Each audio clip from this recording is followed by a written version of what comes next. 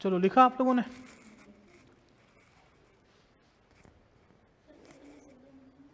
जितना आपको पता है, जितना आप लोग लिख सकते हैं उतने शब्दों में लिखना है। ज़्यादा पता होगा कम लिख दोगे कोई फर्क नहीं पड़ेगा।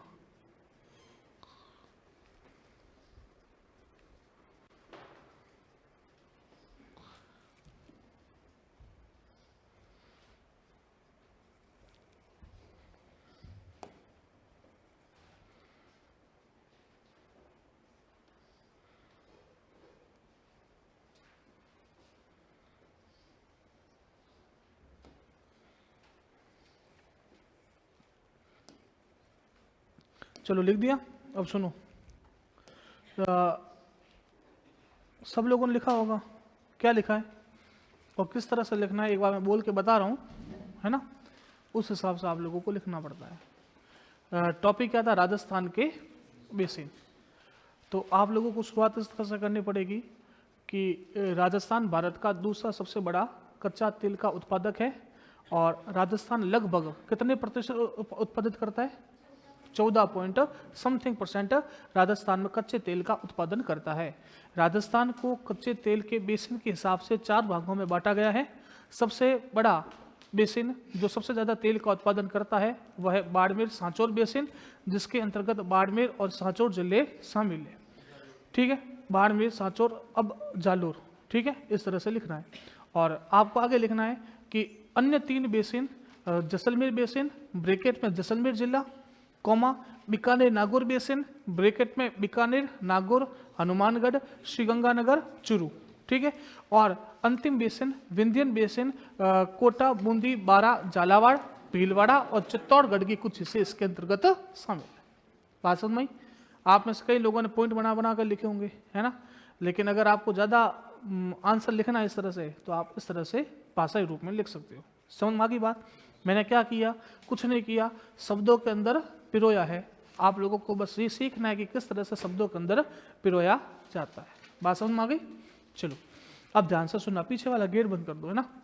अगला जो टॉपिक आता है, अपन ने कल कच्चे तेल की बात की, कच्चे तेल की बात की। अब अपन ने कच्चा तेल निकाल लिया। अब अगली समस्या अपने सामने क्या आएगी? अगली समस्या अपने सामने आएगी कि उस कच्चे तेल को अपन को क्या करना है? रिफाइन करना है। ठीक है, और रिफाइन करने के लिए अपन जो संयंत्र लगाते हैं उसको अपन बोलते हैं रिफाइनरी। क्या बोलते हैं? रिफाइनरी। क्या बोलते हैं बताइए? रिफाइनरी। रिफाइनरी का मतलब होता है रिफाइन करना। किसको रिफाइन करोगे?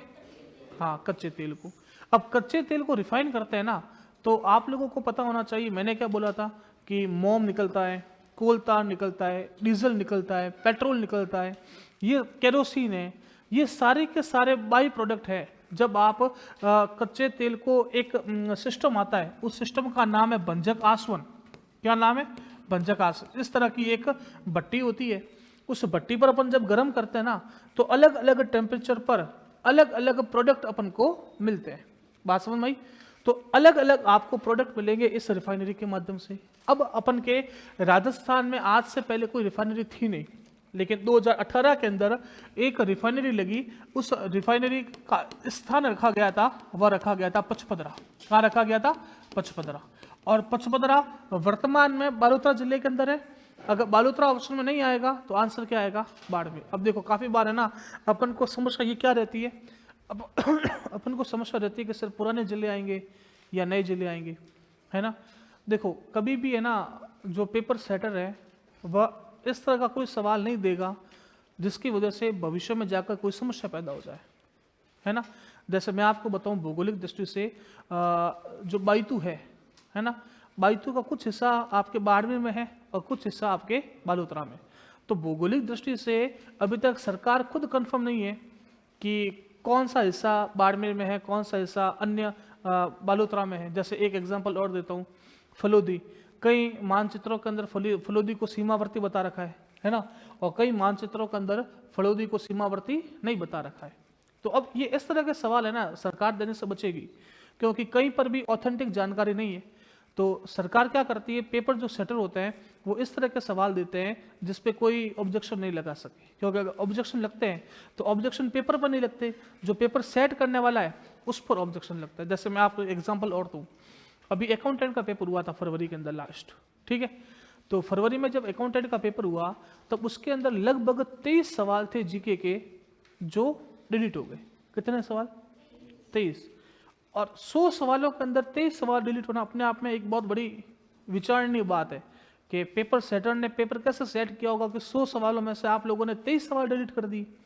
तो जो बोर्ड था RSM-SSB, उसने पेपर सेटर को ब्लैक लिस्टेड कर दिया कि भविष्य में कभी भी इन व्यक्तियों को बोर्ड के अंदर पेपर को सेट करने के लिए नहीं बुलाया जाएगा।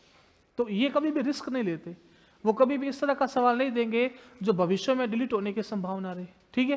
तो ये बात ध्यान रखना। तो ये पचपदरा के अंदर रिफाइनरी, कौन सी रिफाइनरी है? इसका नाम मैंने बताया था आपको, नाम क्या है? HRRL। तो इसकी फुल फॉर्म होती है HPCL, राजस्थान रिफाइनरी लिमिटेड, ये इसकी फुल फॉर्म है, ठीक है। HPCL और राजस्थान। HPCL से आप लोग कई बार पेट्रोल भरवाते हो, HP पेट्रोल पंप, है ना। तो HPCL की फुल फॉर्म है हिंदुस्तान पेट्रोलियम कॉरपोरेशन लिमिटेड, और राजस्थान, ये दो कंपनियां हैं। इन दो कंपनियों ने मिलकर इस रिफाइनरी की स्थापना की। काफी बार पेपर में सवाल क्या आएगा कि इन दोनों का परसेंटेज पूछेगा। HPCL का परसेंटेज है 74 और बाकी वाला है राजस्थान सरकार का कितना है? 26। तो इस तरह से सवाल आते हैं। 74 किसका परसेंटेज है? HPCL, और 26 किसका है? राजस्थान। बात समझ में आ रही है कि नहीं आ रही है? तो ये रिफाइनरी है, इन दोनों के सहयोग से लगी है। काफी बार पेपर थोड़ा सा डीप बनाना होगा तो वो जाएगा कि पचपदरा रिफाइनरी के बारे में निम्नलिखित में से कौन सा कथन असत्य है ना। इसकी लागत भी आपको पता होनी चाहिए कि ये जो रिफाइनरी लग रही है इसकी जो लागत है वह लागत लगभग 72,000 करोड़ है। कितनी है? 72,000 करोड़, इतनी लागत है। 72,000 करोड़, इतनी लागत से यह रिफाइनरी बन रही है। कौन सी रिफाइनरी है? पचपदरा की। एक सबसे महत्वपूर्ण बात, यह BS6 पर आधारित है। किस पर आधारित है? BS6। BS6। अब आप में से कौन बता सकता है कि BS का मतलब क्या है? यह BS6 पर आधारित है। BS का मतलब क्या होता है? BS, आप में से किसी के घर पे कार है तो कार होगी तो आप लोग देखना कि उसके पीछे लिखा होता है BS4, BS5, या कभी कोई ऑटो है ना, टैक्सी टेम्पू, उसके पीछे लिखा होता है BS4, BS5, BS3। देखा कभी किसी ने? नोटिस किया? नहीं किया। कभी बाजार निकलो ना तो देखना स्कॉर्पियो की गाड़ी के पीछे संभवतः लिखा होता है, जो पुराने वाले स्कॉर्पियो है ना उसके पीछे लिखा होता है। इसमें BS का मतलब क्या होता है? इसमें BS का मतलब होता है भारत स्टेज। BS का मतलब क्या होता है? भारत स्टेज। ये जितना अच्छा होगा ना उतना प्रदूषण कम होगा, जितना ज्यादा अच्छा होगा, और ये जितना कम होगा प्रदूषण उतना ज्यादा होगा। अब BS6 हाई लेवल है, भारत के अंदर सबसे हाई लेवल का जो है वो है BS6। तो BS6 पर रिफाइनरी है, तो इस रिफाइनरी से जो धुआं निकलेगा वह पर्यावरण को कम प्रदूषित करेगा। ये बात ध्यान रखना। आजकल सारी के सारी जो गाड़ियां आ रही है, चाहे स्कॉर्पियो हो, चाहे महिंद्रा की हो, चाहे टाटा की हो, चाहे सुजुकी की हो, सारी की सारी गाड़ियां आजकल BS6 पर आधारित है। BS6 मतलब ये सारी की सारी गाड़ियां प्रदूषण कम करती है। और आप पुराने वाले जो BS3 पर आधारित है, आप कभी टेम्पू देखोगे, टेम्पू होता है ना 10 रुपए के अंदर छोड़ देते हैं अपन को, आप देखोगे वो अगर पुल पे चढ़ रहा है धड़ धड़ धड़ धड़, तो पीछे वाला पूरा काला मुंह, देखा है कभी? हाँ, तो वो प्रदूषण बहुत ज्यादा करता है। और आजकल की नई टैक्सियां देखना आप, वो BS6 पर आधारित है, बिल्कुल धुआं नहीं करती। तो इस वजह से ये एकमात्र रिफाइनरी है, भारत की बहुत सारी रिफाइनरियां हैं, उसमें से ये एकमात्र रिफाइनरी जो किस पर आधारित है? BS6। बहुत महत्वपूर्ण पॉइंट। अब देखो मैं आपको इस पर सवाल बना कर बताता हूँ। पचपदरा रिफाइनरी के बारे में निम्नलिखित में से कौन सा कथन असत्य है? पहला कथन, इस रिफाइनरी का उद्घाटन 2018 में किया गया। दूसरा कथन, यह HPCL और राजस्थान सरकार का संयुक्त उपक्रम है जिसमें HPCL का हिस्सा 74% और राजस्थान सरकार का हिस्सा 26% है। तीसरा, यह एक BS4 पर आधारित एक रिफाइनरी है। और अंतिम पॉइंट, इस रिफाइनरी की लागत 72,000 करोड़ है। सी, क्योंकि ये किस पर आधारित है? BS6 पर। ठीक है, चलो एक बात और बताता हूं, यह एक ऐसी रिफाइनरी है जहां पर पेट्रोलियम कॉम्प्लेक्स की स्थापना की जा रही है। किसकी स्थापना की जा रही है? Petroleum complex. अब देखो पेट्रोलियम कॉम्प्लेक्स का मतलब क्या होता है, मैंने आपको क्या बताया, अपन यहां पर कच्चा तेल लेते हैं, अपन यहाँ पर कच्चा तेल लेते हैं, कृपया करके ना जो बेंच है ना उस बेंच को उठा के रखा करो, है ना, क्योंकि अपन के घिसकाने की वजह से पूरी क्लास का माइंड डाइवर्ट होता है। चलो, क्या होता है, कच्चा तेल होता है, उस कच्चे तेल को अपन यहाँ पर भंजक आसवन करते हैं। तो भंजक आसवन करने की वजह से क्या होता है कि मैंने आपको क्या बोला, बहुत सारे बाई प्रोडक्ट निकलते हैं ना, जैसे मैंने एग्जांपल दिया आपको, मोम निकलता है, कोल tar निकलता है, केरोसिन निकलता है, डीजल निकलता है, पेट्रोल निकलता है।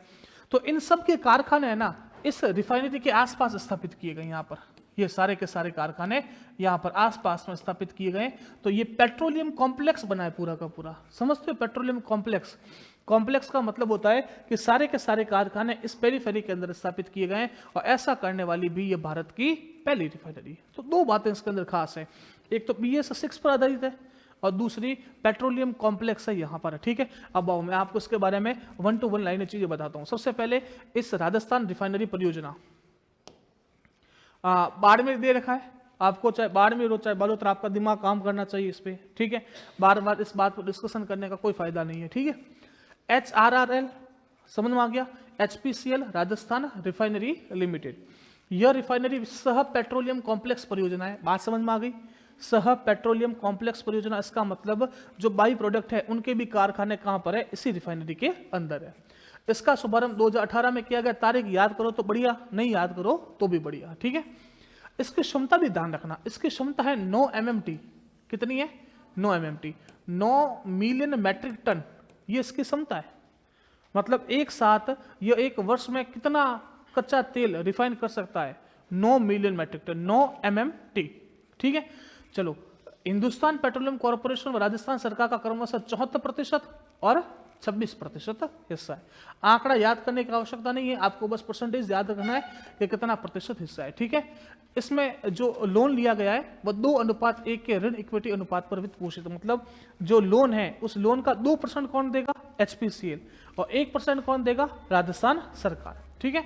परियोजना की लागत लगभग 72,000 करोड़ है। यह किस पर आधारित है? BS6 बता दिया।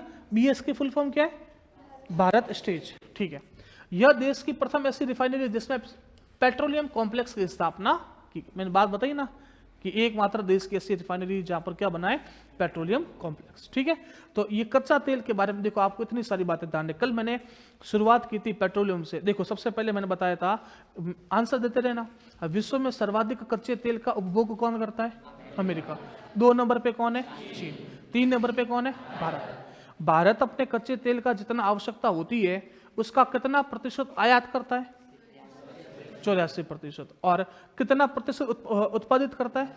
16%, लगभग 16% उत्पादित करता है। सॉरी 87 और 13 है, आप लगभग 84 भी, पिछली बार 84 था, इस बार 87 हो गया, ठीक है। तो 87 और 13 ये भी याद कर सकते हो। अगला सवाल बनता है कि भारत में सर्वाधिक कच्चे तेल का उत्पादन कौन करता है?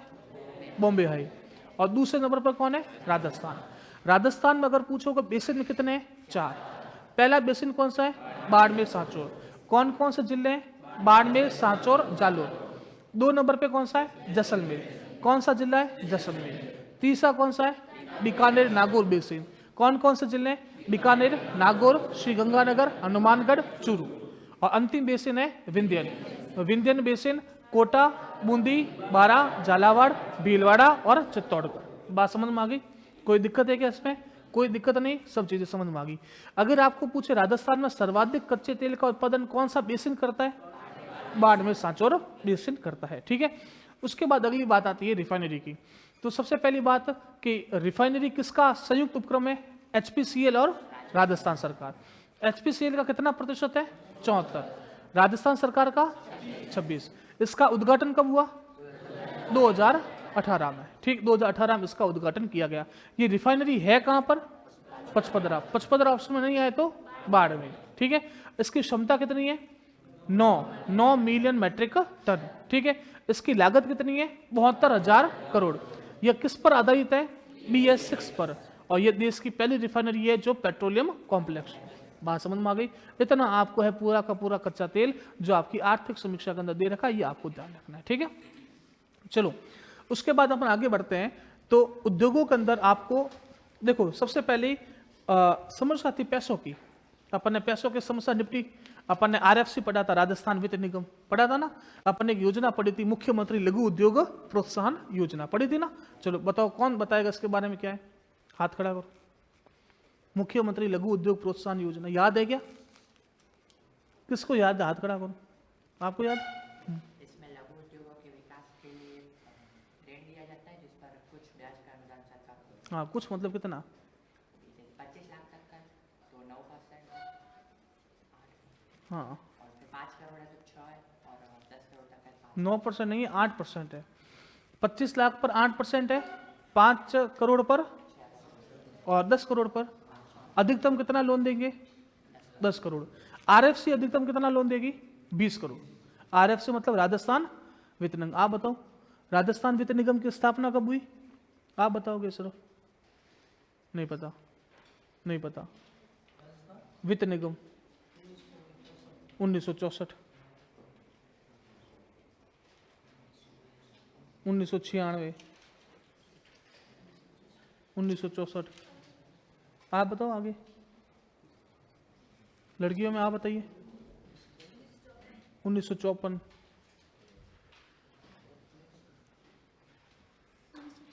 1994, 1954, पीछे 1955। कब हुई? 1955 में हुई। आप बताओ व्हाइट टी शर्ट, राशिको की स्थापना कब हुई? नहीं पता। पड़ोस में कॉर्नर पीछे 1961। मैंने 4 बोला था, अच्छी तरह से याद करना। 4 ही आप लोग अच्छे से याद नहीं कर रहे हो। देखो पहला रूडा 1995, फिर रिको 1980, फिर आरएफसी 1955 और फिर राजसिको 1961। ठीक है, याद कर लोगे? चलो अब अगली बात आती है, उद्योगों में काम करने के लिए आपको किसकी आवश्यकता होती है? मजदूर की, श्रमिकों की आवश्यकता होती है कि नहीं होती है? होती है। अब आप में से संविधान पढ़ा आप लोगों ने, है ना? संविधान में आप लोगों ने एक अधिकार पढ़ा होगा, शोषण के विरुद्ध अधिकार पढ़ा है? शोषण के विरुद्ध अधिकार, उसमें आपने आर्टिकल पढ़ा होगा 23 और 24 पढ़ा है। आर्टिकल 23 क्या बात करता है? मानवीय दुर्व्यापार और बलात् श्रम का निषेध। गलत बोल रहा हूँ सही बोल रहा हूँ? और 24वां बात करता है बाल श्रम का निषेध, है ना? तो आप लोगों को सर ने बताया होगा कि बलात् श्रम क्या होता है। बलात् श्रम का मतलब होता है बेगारी। पहले क्या होता था कि जो जागीरदार होते थे, जो बड़े बड़े रसूखदार होते थे, वो मजदूरों से बिना पैसों के काम करवाते थे। पूरा का पूरा खेत साफ करवा दिया, खेती करवा दी। फायदा कौन लेगा? रसूखदार। लेकिन मेहनत किसने की? मजदूर ने। बदले में क्या मिलता था? इतना भोजन मिलता था कि बेचारा जीवित रह जाए, बस इतना भोजन मिलता था। तो ये बेगारी होती थी। बेगारी का मतलब होता है बिना कोई पैसे के मजदूरी करवाना।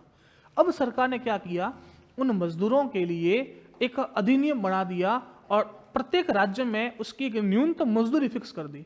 अगर आपने इस मजदूरी से कम पैसा दिया उस मजदूर को, तो समस्या किसके? आपके।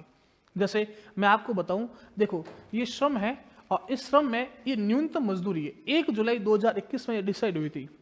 क्या है इसमें? सबसे पहले अपन ने ना मजदूरों को बांटा है। कैसे?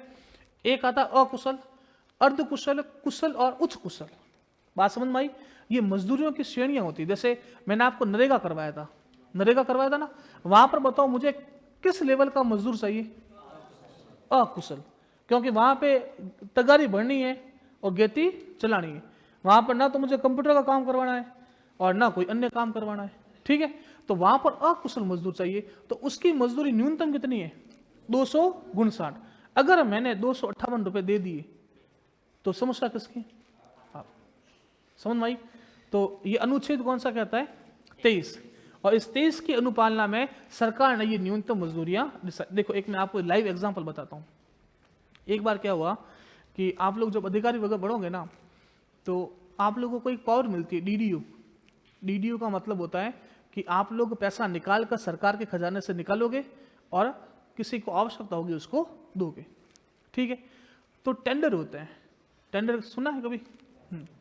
टेंडर होता है तो जैसे मैं अपनी ऑफिस के अंदर मुझे काम के लिए 10 मजदूरों की आवश्यकता है, तो मैं 10 मजदूरों के लिए टेंडर मांगूंगा बाजार में, जो मुझे सस्ती दर पर लाकर देगा मैं उसका एक्सेप्ट करता हूँ, ये नियम होता है। तो एक बार क्या हुआ कि सभी कंपनियों ने अपने अपने टेंडर लाके दिए, ठीक है। उसमें से एक कंपनी ने क्या किया, उसमें जो मजदूरी होती है, ये मजदूरी है ना लगभग शायद 247 रुपये लिख दी। कितनी लिख दी? 247। बाकी सबकी थी 260, किसी की 270, किसी की 290। और नियम क्या होता है कि जो सबसे कम मजदूरी होती है अपन उसको एक्सेप्ट करते हैं। उसको एक्सेप्ट कर लिया और टेंडर दे दिया, काम शुरू हो गया। किसी के हाथ में वो पत्रावली लग गई, उसने देखा कि टेंडर कितने में दिया? 247। न्यूनतम मजदूरी कितनी है अकुशल की? 259। ये फाइल चल गई और वो जो अधिकारी था वो सस्पेंड हो गया। क्या हो गया? सस्पेंड। गलती कहाँ हुई? गलती ये हुई क्योंकि उसने अकुशल श्रमिकों के लिए 259 उससे कम पर संविदा निविदा कर ली। बात समझ में आ रही है? इतनी महत्वपूर्ण है। अकुशल मतलब जो तगारी पावड़ा चलाने वाला है, ठीक है। अर्धकुशल का मतलब होता है आप लोगों ने घर पे मकान बनाते समय 2 व्यक्ति होते हैं, एक होता है मजदूर, एक होता है कारीगर। तो ये कारीगर मान लो आप, अर्धकुशल। समझ में आ गया? ये अर्धकुशल कौन है? कारीगर। इसकी न्यूनतम तनख्वाह कितनी होनी चाहिए? ये महीने की नहीं बता रहा हूं, ध्यान रखना, दिन की है ना। तुम लोग सोचो कि महीने की नहीं, दिन की है। अगला कुशल। कुशल क्या होता है? कुशल आप कारीगर से थोड़ा ऊपर जाओ, ठेकेदार होता है ना, ठेकेदार। तो ठेकेदार की तनख्वाह कितनी होनी चाहिए? 253। उच्च कुशल। उच्च कुशल मतलब बेचारे को कंप्यूटर आ रहा है, लिखना आ रहा है, अकाउंट का काम आ रहा है, तो उसको आप बोलोगे उच्च कुशल, और उसकी न्यूनतम तनख्वाह होनी चाहिए 333। समझ में आ गई कि नहीं आई? तो ये न्यूनतम मजदूरियां हैं।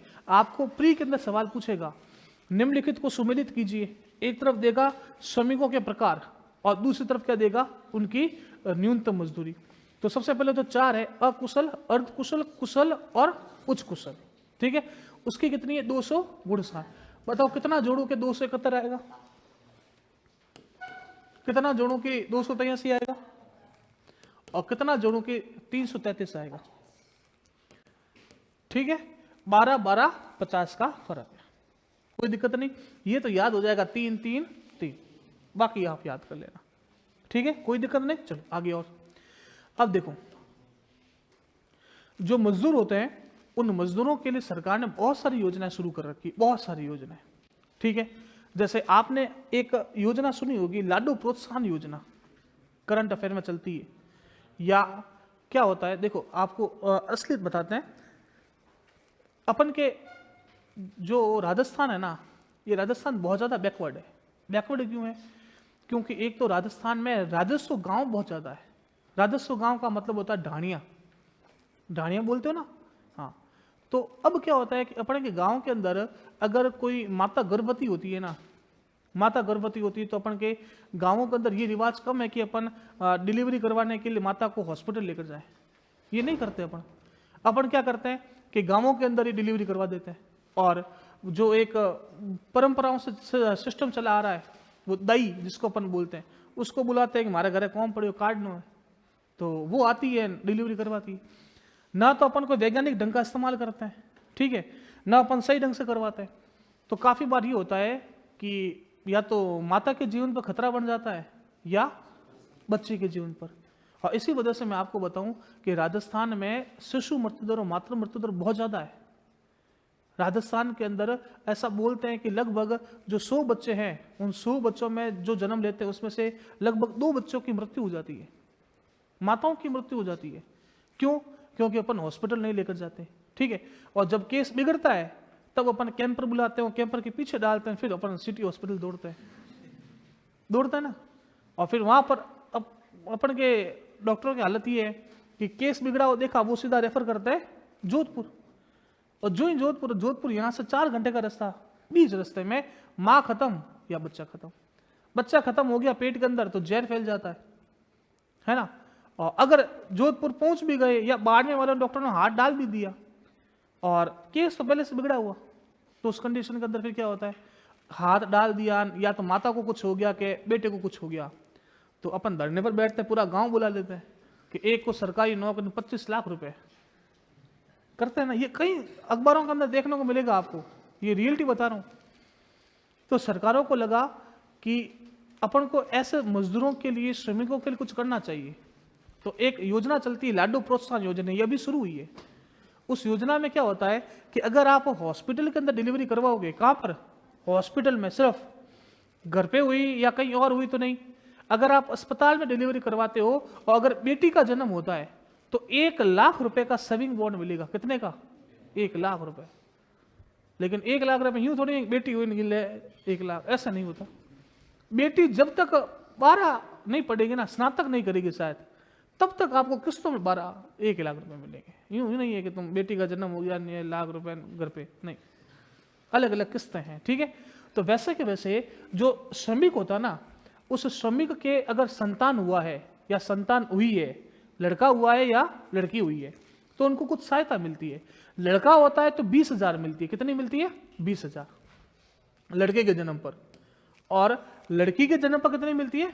21,000। 1,000 रुपए का फर्क है, लेकिन वो भेद तो रखना ही है ना।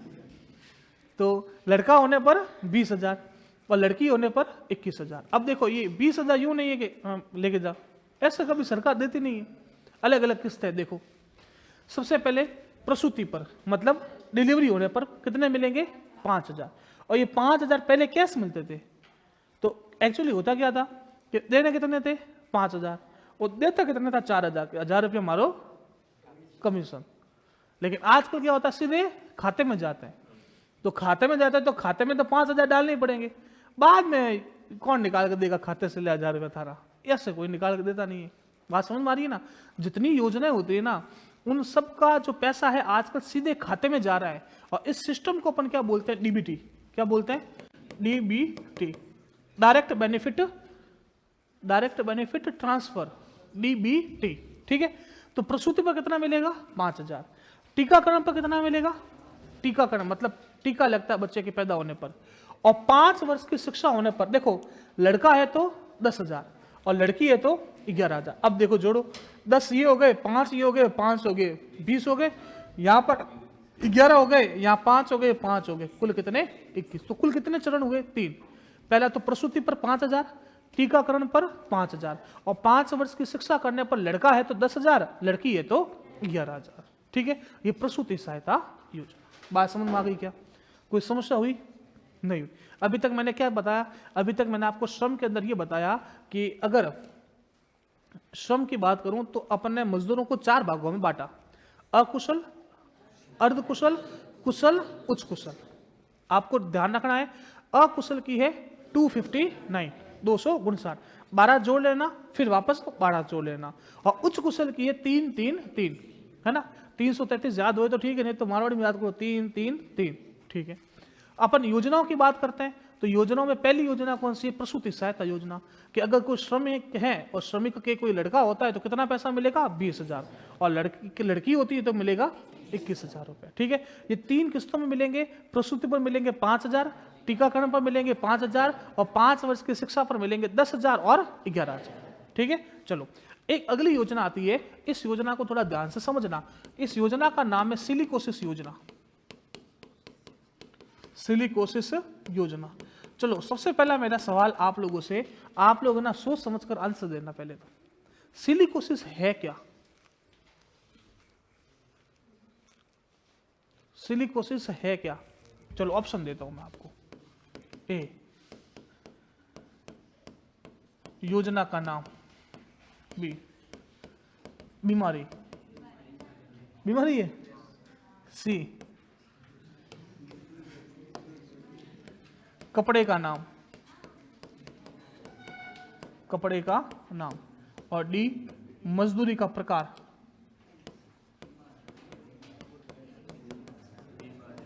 चलो बताओ।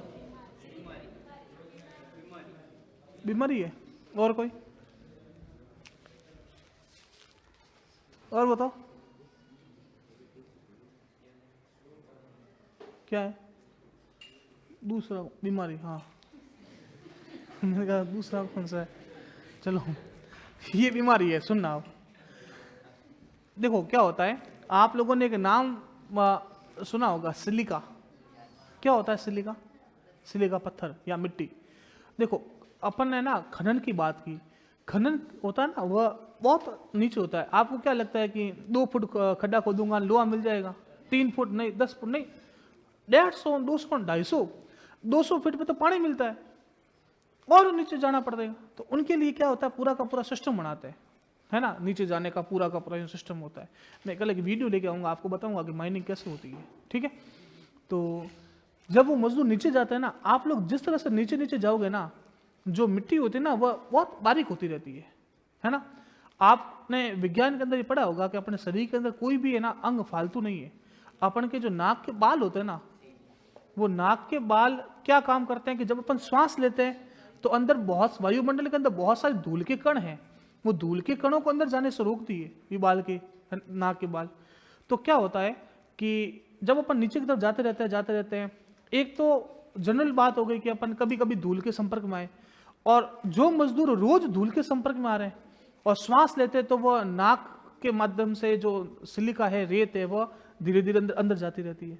अब देखो मैं आपको एक बात बताता हूँ, जो अपन के फेफड़े होते हैं ना, फेफड़े वह किस तरह से काम करते हैं।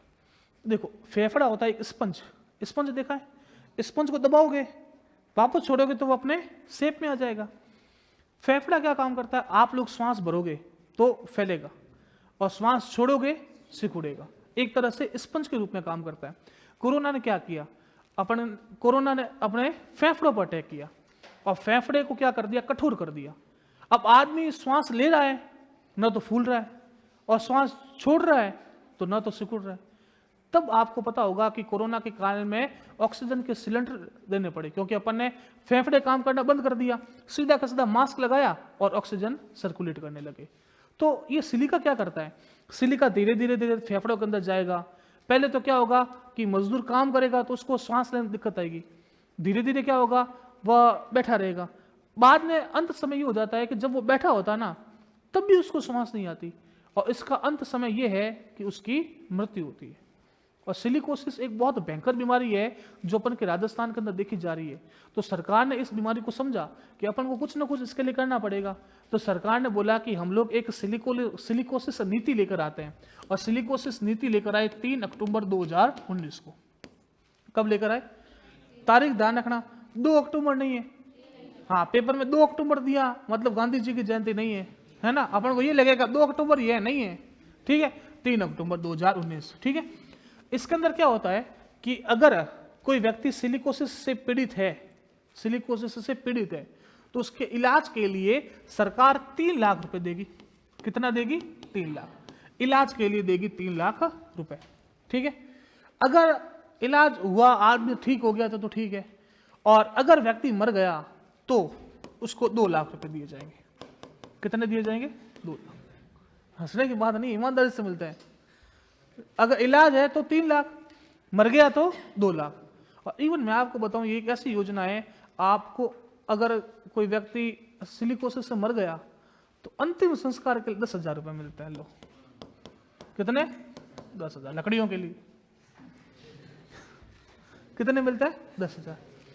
अब कोई व्यक्ति अगर शादीशुदा था तो उसके बच्चे होंगे, तो उसकी पत्नी होगी, तो पत्नी को क्या हो गया, तो बच्चे पत्नियां तो होगी, ऐसा थोड़ी है गए। तो अगर पत्नी है तो उस पत्नी को सहायता मिलेगी विधवा पेंशन। कौन सी पेंशन, विधवा। अगर बच्चे हैं तो बच्चों को सहायता मिलेगी पालनहार योजना। बात समझ में आ रही है। तो इस तरह से ये योजना पूरी की पूरी है। इस योजना का नाम क्या है, सिलिकोसिस योजना। बात समझ में आ गई, कोई दिक्कत नहीं। क्या पॉइंट ध्यान रखोगे, पहली बात सिलिकोसिस किससे संबंधित बीमारी है, फेफड़ों से संबंधित है। पॉलिसी कब आई, 3 अक्टूबर 2019। तीसरी बात, अगर इलाज के लिए कितना पैसा मिलेगा, 3 लाख। मृत्यु होने पर कितना मिलेगा, 2 लाख। अंतिम संस्कार के लिए कितना, 10,000, ठीक है। अगर पत्नी है तो पत्नी को विधवा पेंशन योजना, बच्चे हैं तो पालनहार योजना। बात समझ में आ गई। तो ये सब बातें आप लोगों को ध्यान रखनी है, ठीक है। एक योजना और बताता हूं, एक योजना है वो भी श्रमिकों के लिए, और इस योजना का नाम है शुभ शक्ति योजना। कौन सी योजना है, शुभ शक्ति योजना। ये योजना श्रमिकों की बेटियों के लिए, किसकी? श्रमिकों की बेटी।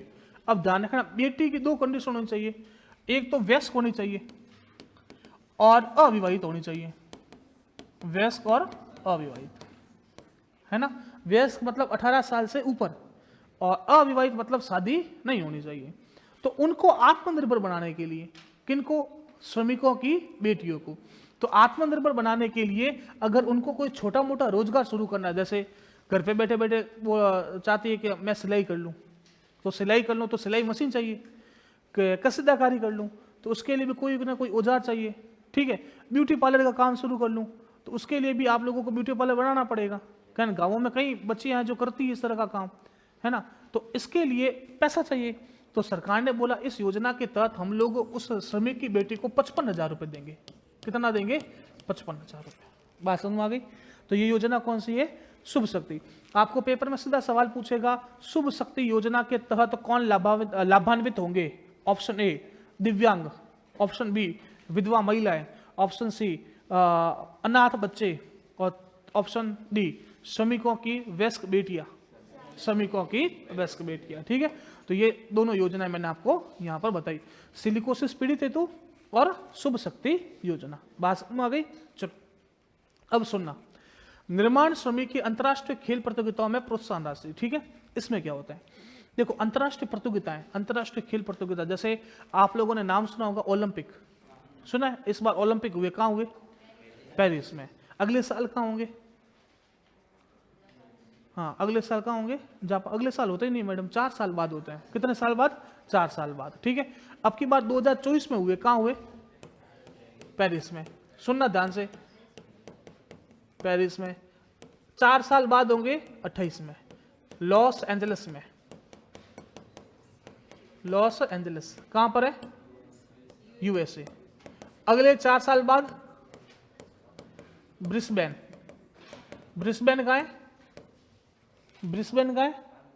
ऑस्ट्रेलिया में। उसके लास्ट कब हुए थे? 2016 में, सॉरी 20 में। 20 में हुए जापान में, ठीक है। इस तरह से आप लोगों को पता होना चाहिए कि 4-4 साल बाद ओलंपिक होते हैं। अगर कोई निर्माण श्रमिक है और वह उन प्रतियोगिताओं में भाग लेता है, ये बाम नहीं है, भाग है। क्या है? भाग। मात्र भाग लेता है, तो भाग लेने पर कितना पैसा मिलेगा? 2 लाख। मतलब जाके आया, हाथ लगा के वापस आ गया, भले जीता के नहीं जीता, खाते में कितने? 2 लाख, ठीक है। कांस्य पदक जीत लिया, कितने? 5 लाख। रजत पदक जीत लिया 8 लाख और स्वर्ण पदक जीत लिया 11 लाख। ये तो कुछ नहीं, मैं अभी एक चीज और बताता हूं। राजस्थान का कोई भी खिलाड़ी, ना तो श्रमिक हो, चाहे एससी हो, चाहे एसटी हो, चाहे ओबीसी हो, चाहे दिव्यांग हो, चाहे जनरल हो, चाहे ईडब्ल्यूएस हो, चाहे महिला हो, चाहे पुरुष हो, कोई भी हो राजस्थान का, अगर वह ओलंपिक गया और ओलंपिक में अगर उसने स्वर्ण पदक जीत लिया, कौन सा पदक? स्वर्ण पदक, तो उसको जीवन हाथ से 3 करोड़ मिलेंगे। कितने? 3 करोड़। हाँ नहीं, जिंदगी में नहीं कमा सकते अपन। अगर उसने सिल्वर पदक जीत लिया 2 करोड़, और अगर उसने कांस्य पदक जीत लिया 1 करोड़। हाँ, जीवन से हम नहीं बात, ये ध्यान रखना, पेपर में आएगा। ये कोई भी व्यक्ति हो, कोई भी। अभी मैं आपको बताऊं, जैसे आपने नाम सुना अवनी लेखरा का? अवनी लेखरा है ना, वो यूं साइकिल पे आती है, ट्राई साइकिल पे, पैरा ओलंपिक में गई और लास्ट बार भी उसने स्वर्ण पदक जीता, इस बार भी स्वर्ण। लास्ट टाइम तो स्वर्ण जीता और एक कांस्य और जीता था, तो लास्ट टाइम 4 करोड़ लेकर पड़ी, इस बार तो 3 करोड़। आप बताओ, आप 4 और 3 7। बाकी अगर कोई यूं फंक्शन वक्शन चली जाए तो यूं 2-3 लाख तो यूं घोल करके दे देते हैं। तो ये फायदा है भाइयों। और ये तो श्रमिक है, श्रमिक ने अगर जीत लिए तो वारे ना रहे, है कि नहीं? तो ये पॉइंट भी ध्यान रखना। तो मैंने 4 योजनाएं बताई श्रमिकों के लिए। एक तो प्रसूति योजना बताई, एक सिलिकोसिस बताई, एक शुभ शक्ति बताई और एक खेलों में भाग लेने पर बताई। बात समझ में आ गई? इन चारों में किसी तरह की कोई दिक्कत है? नहीं है। इसमें 2 लाख है, 5 लाख है, 8 लाख है और 11 लाख। 2, 5, 8 और 11। चलो अपन पहले इसको लिख लेते हैं, उसके बाद अपन आगे बात करेंगे। लिखो फटाफट, राजस्थान रिफाइनरी परियोजना।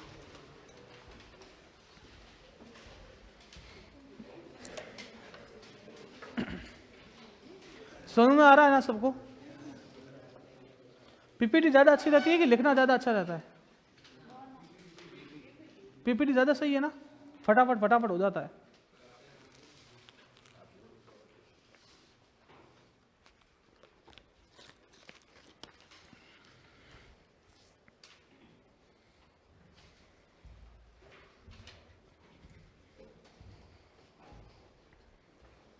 जल्दी से लिखना है, बातें मत करना, और लिखो पहले इसको।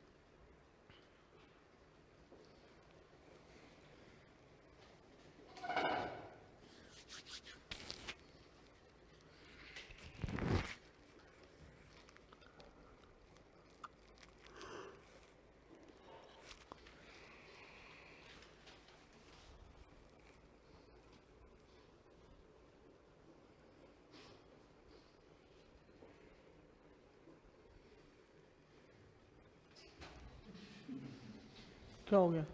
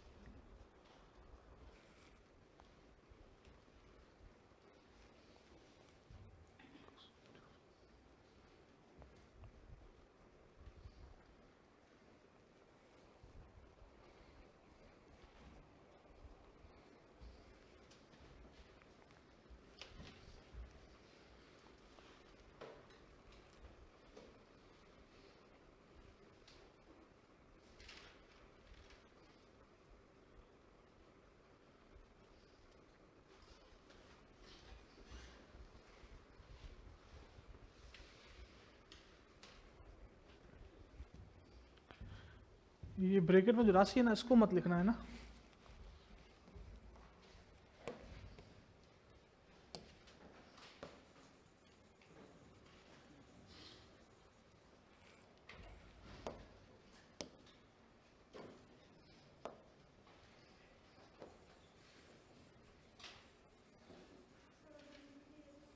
हटा दो, और तो क्या होगा?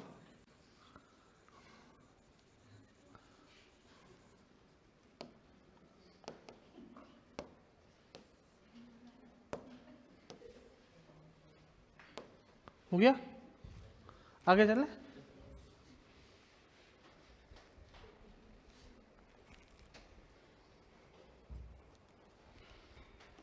किसी की बाकी नहीं है?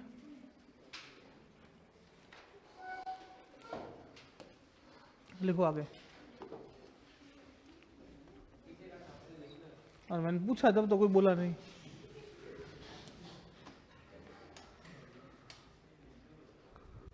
किसके बाकी रहा है बता?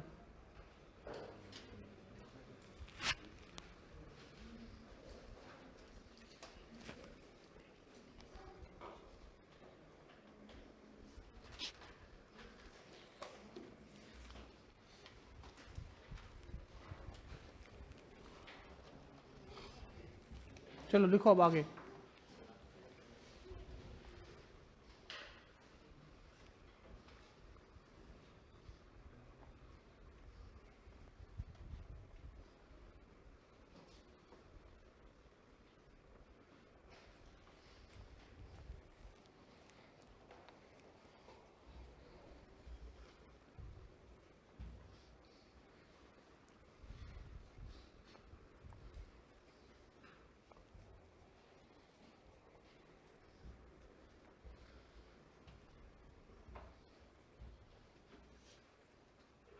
आइए आइए।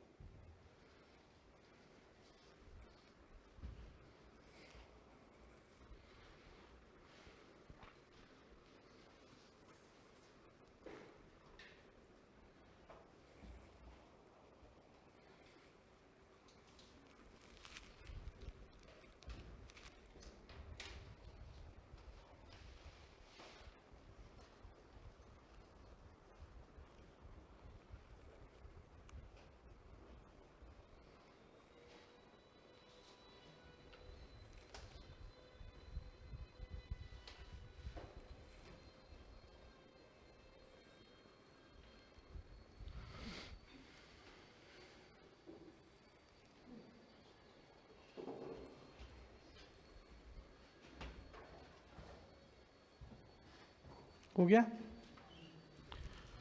रिफाइनरी के अंदर कोई दिक्कत नहीं है। अब मैं एक सवाल दे रहा हूँ, उस सवाल को नीचे लिखो, कल आंसर ढूंढ कर लेकर आना। क्वेश्चन लिख लो। लिखो, राजस्थान रिफाइनरी देश की कौन से नंबर की रिफाइनरी है? राजस्थान रिफाइनरी देश की कौन से नंबर की रिफाइनरी है? राजस्थान रिफाइनरी देश के कौन से नंबर की रिफाइनरी है?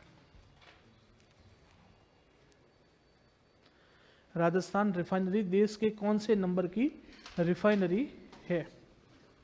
और भारत की पहली रिफाइनरी का नाम? हाँ, डिगबोई। डिगबोई कहाँ है? असम। ठीक है। और भारत की पहली रिफाइनरी का नाम? और भारत की पहली रिफाइनरी का नाम? ये दोनों सवालों के आंसर कल ढूंढ कर लेकर आना, मैं क्लास के अंदर पूछूंगा। ठीक है। ये क्यों दे रहा हूं सवाल? नेट पर अगर सर्च करोगे ना तो दो बातें और पता चलेगी आप लोगों को। आप अगर राहुल गांधी लिखोगे तो राहुल गांधी के साथ साथ में तीन बातें और पता चलेगी, है ना। तो इस वजह से सर्च करना अपन लोगों को आना चाहिए। हर टॉपिक को सर्च करके आप लोगों को पढ़ना है। लिखो अगला। ये डेटा याद होना चाहिए। 259, उसके बाद 12 जोड़ना है 271, फिर 12 जोड़ना है 283।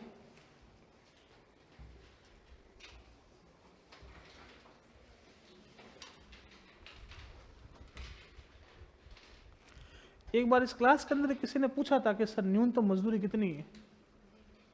पूछा था शायद। एक ये यहाँ पे लड़का बैठता है ना, वो कौन था? हाँ, उसने मुझे शायद पूछा था। मैंने बोला भी था क्लास के अंदर कि मैं बताऊंगा आप लोगों को। पूछा था ना? हाँ, मेरे को याद रहता है, ऐसा थोड़ी है।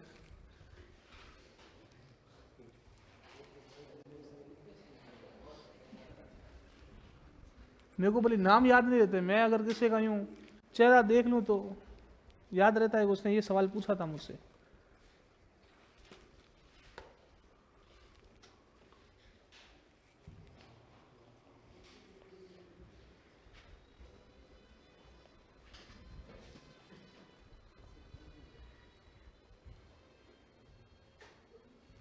चलो एक बात और बताता हूँ, ये 333 है ना, एक ऐसा कैसा आंकड़ा और है 888, बताओ ये क्या है?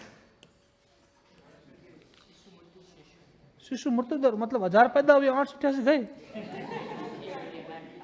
शिशु लिंगानुपात है। हाँ, मृत्यु दर नहीं है, ये शिशु लिंगानुपात है। ठीक है, दोनों में बहुत फर्क पड़ जाता है। शिशु लिंगानुपात का मतलब होता है कि अगर 1000 लड़के हैं तो उस पे 888 लड़कियां हैं।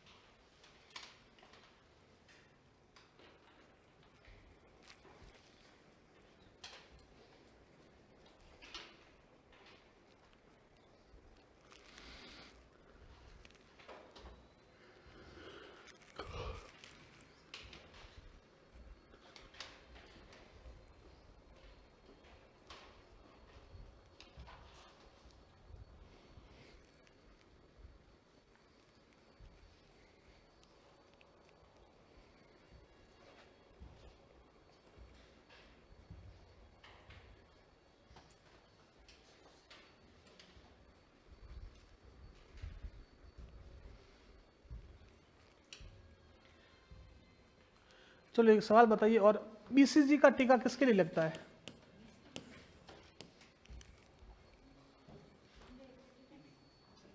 टीबी के लिए। टीबी की फुल फॉर्म?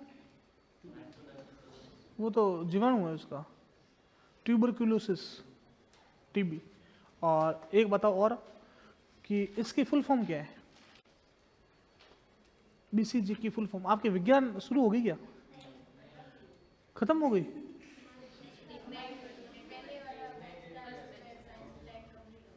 साइंस टैग अलग है, साइंस अलग है। अच्छा, लोकेंद्र जी ने करवाई थी? सेजू सर? अच्छा, आरपीएस नहीं, हाँ आरपीएस। बीसीजी, बीसीजी की फुल फॉर्म क्या होती है? Bacillus Calmette Guerin, bacillus Calmette Guerin.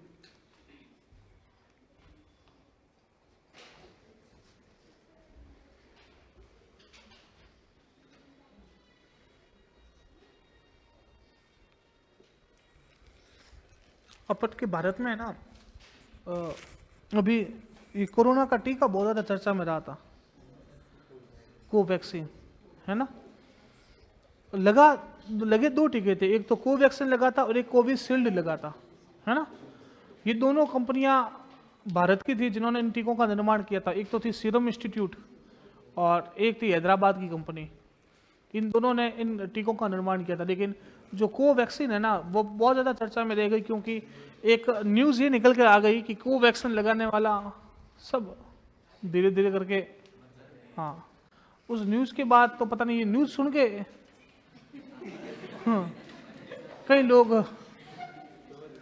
स्वर्गवासी हो गए, और कई लोगों ने तो मतलब जा जाकर देखा कि वो मैसेज आते थे, तो कि मैंने कौन सी लगाई, वो पता चला कोवैक्सीन लगाई,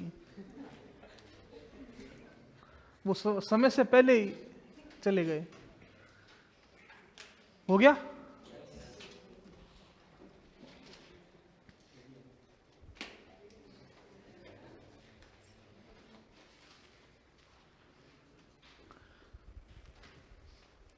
लेकिन वास्तव में पता है ये सब आप लोग है ना जैसे पढ़ रहे हो ना, तो आप लोगों को इतना पता होना चाहिए कि जो न्यूज़ आती है ना वह किसी का प्रोपेगेंडा भी हो सकती है। चीज़ सही है नहीं है उसका आप लोगों को पता लगाने की हिम्मत होनी चाहिए। ऐसा नहीं है कि न्यूज़ में आया ये फर्जी आदमी है तो आप विश्वास कर लो कि फर्जी आदमी नहीं, हो सकता है उसको फंसाया गया हो, है ना। क्योंकि दुनिया में क्या होता है कि एक सिस्टम चलता है कि जो व्यक्ति ऊपर की तरफ जाता है ना तो उसके जो विरोधी होते हैं ना उसको नीचे की ओर लाने का प्रयास करते हैं। तो जो बाजार के अंदर जो सोशल मीडिया पर 100 न्यूज़ चलती है उसमें से 90 न्यूज़ है ना यही होती है। तो इस वजह से अपन को पता होना चाहिए। अब कोवैक्सीन का नाम इतना उछाला और कोरोना 2020 में था, आज 24 चल रहा है, 3 साल के बाद इतना नाम क्यों उछाला गया उसका?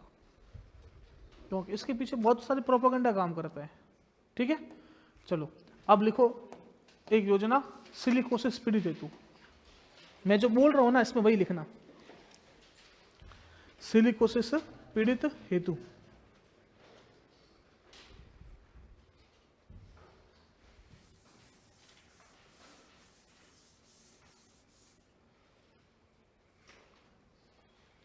सिलिकोसिस पीड़ित हेतु, चलो लिखो इसमें शुरुआत लिखिए 3 अक्टूबर 2019। 3 अक्टूबर 2019 शुरुआत लिखो 3 अक्टूबर 2019। अगला पॉइंट लिखिए सिलिकोसिस फेफड़े संबंधी बीमारी है। सिलिकोसिस फेफड़े संबंधी बीमारी है। सिलिकोसिस फेफड़े संबंधी, फेफड़े को इंग्लिश में क्या बोलते हैं? लंग्स, लीवर नहीं बोलते। हाँ, सिलिकोसिस फेफड़ों संबंधी बीमारी है जो मुख्यतः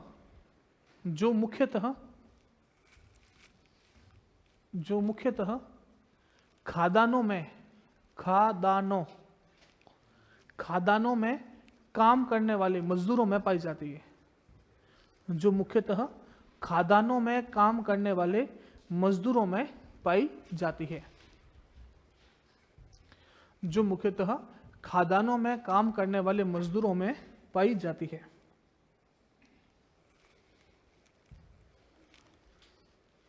अगला पॉइंट लिखिए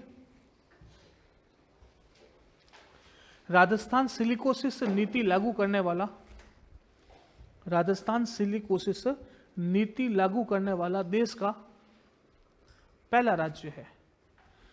राजस्थान सिलिकोसिस नीति लागू करने वाला देश का पहला राज्य है। राजस्थान सिलिकोसिस नीति लागू करने वाला देश का पहला राज्य है। पहला राज्य है। अगला पॉइंट लिखिए इस योजना के अंतर्गत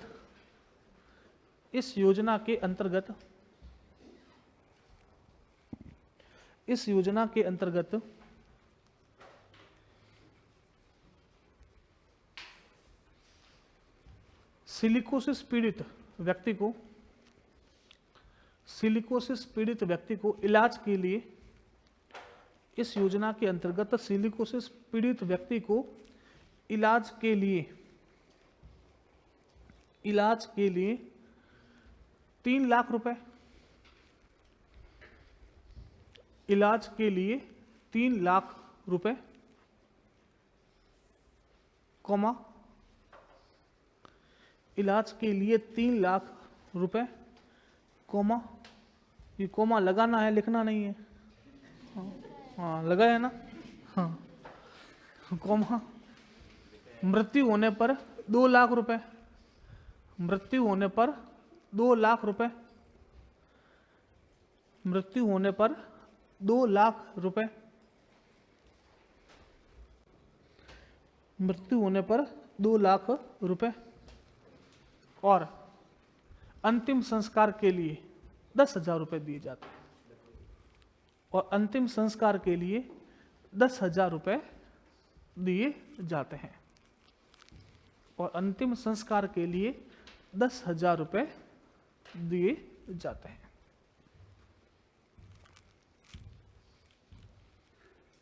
ठीक है, ये योजना पूरी की पूरी ध्यान रखें। अगली लिखो शुभ शक्ति योजना, इसमें भी मैं लिखवा रहा हूं, वह आपको लिखना है।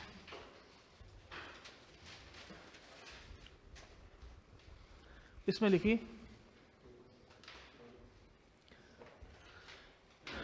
पंजीकृत श्रमिकों की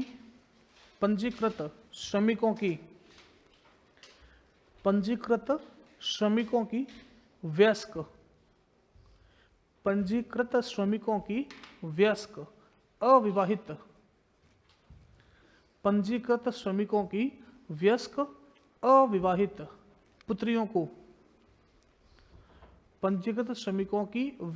अविवाहित पुत्रियों को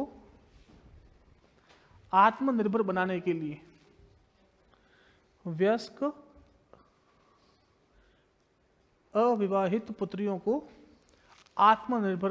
लिए आत्मनिर्भर बनाने के लिए 55,000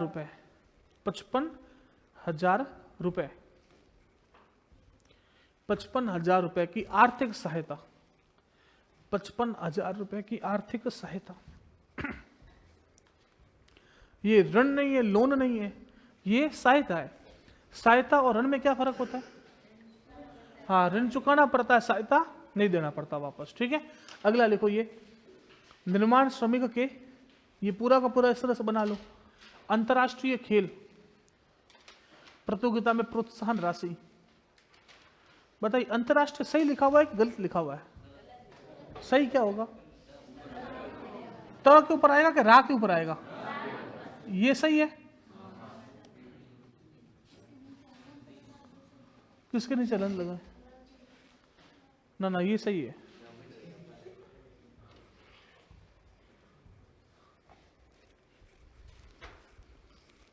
आपकी हिंदी हो रही है? अभी तक शुरू नहीं की? अच्छा, प्री के अंदर कौन सी हिंदी आती है आपके? प्री में कहाँ हिंदी आती है? और ऐसा ही तो अभी तो वैकेंसी कहाँ है?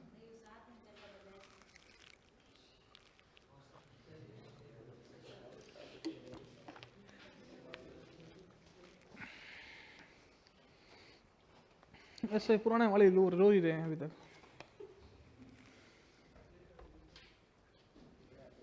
उसका रिजल्ट है ना अभी एसआई वालों का, कि मतलब कोर्ट का डिसीजन आएगा ना अभी।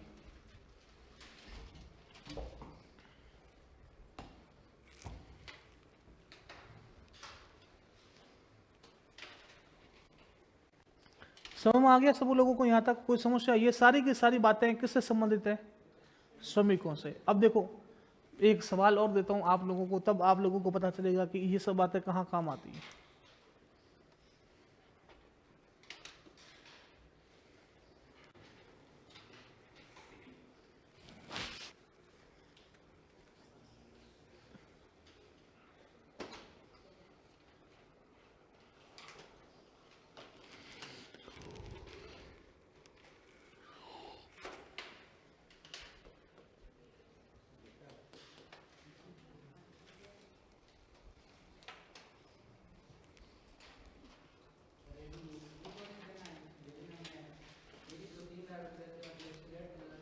थोड़ा जोर से। क्या?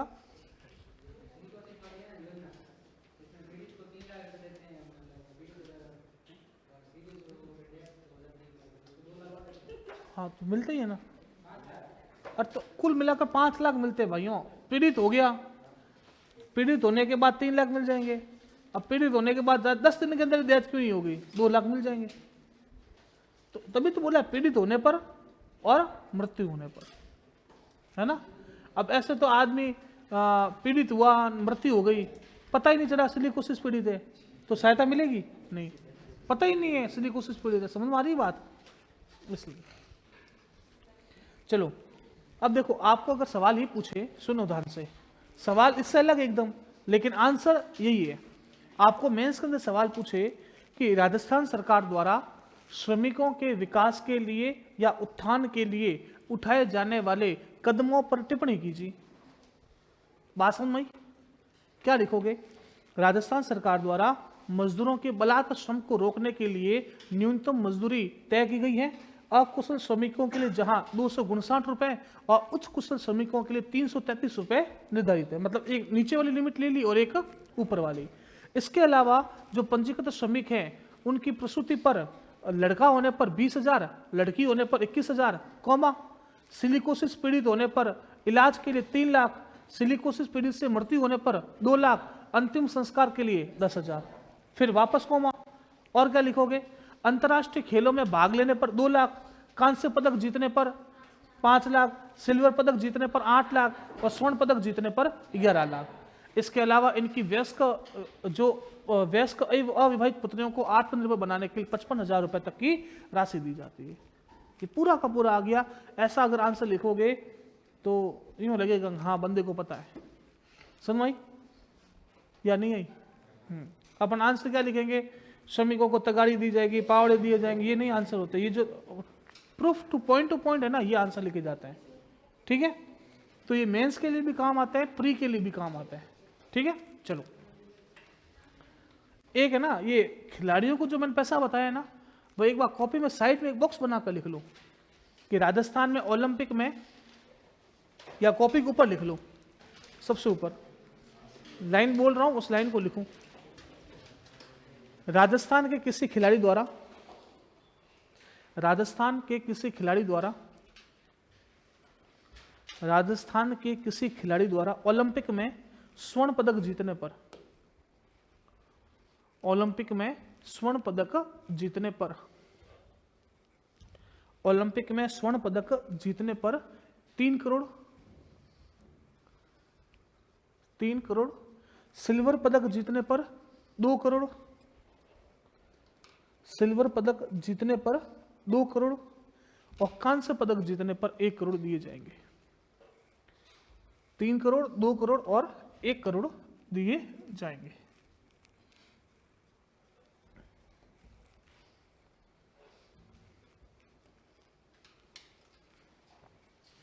अब लास्ट एक पॉइंट और है श्रम के संबंध में, वह है एक पोर्टल। कौन सा पोर्टल है? ई श्रम पोर्टल। अब ध्यान से सुनो, पहली बात मुझे ये बताओ आप में से कि जिसको पता है हाथ खड़ा करना, बीच में बोलेगा कोई नहीं। पोर्टल और एप्लीकेशन में फर्क क्या है? हाथ खड़ा करो। अगर आपको सवाल पूछे कि पोर्टल और एप्लीकेशन में फर्क क्या है, आप क्या लिखोगे?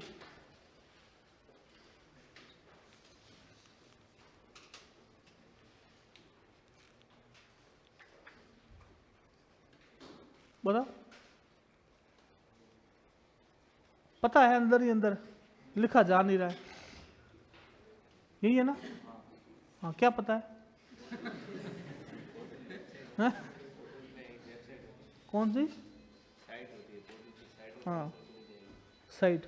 और एप्लीकेशन, ऐप क्या है? एप्लीकेशन का छोटा रूप है। एप्लीकेशन क्या होता है? ये एप्लीकेशन ये होती है। ये ऐप क्या है? ये ऐप है नहीं, फंक्शन नहीं।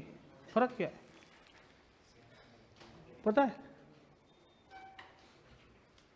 देखो, कोई भी पोर्टल होगा ना, उस पोर्टल को एक्सेस करने के लिए आपको हमेशा वेब ब्राउजर की आवश्यकता होगी। बात समझ? अब वेब ब्राउजर क्या होती है? Chrome, Mozilla Firefox, internet explorer. और कोई एप्लीकेशन होगी, उस एप्लीकेशन को एक्सेस करने के लिए आपको किसी भी वेब ब्राउजर की आवश्यकता नहीं।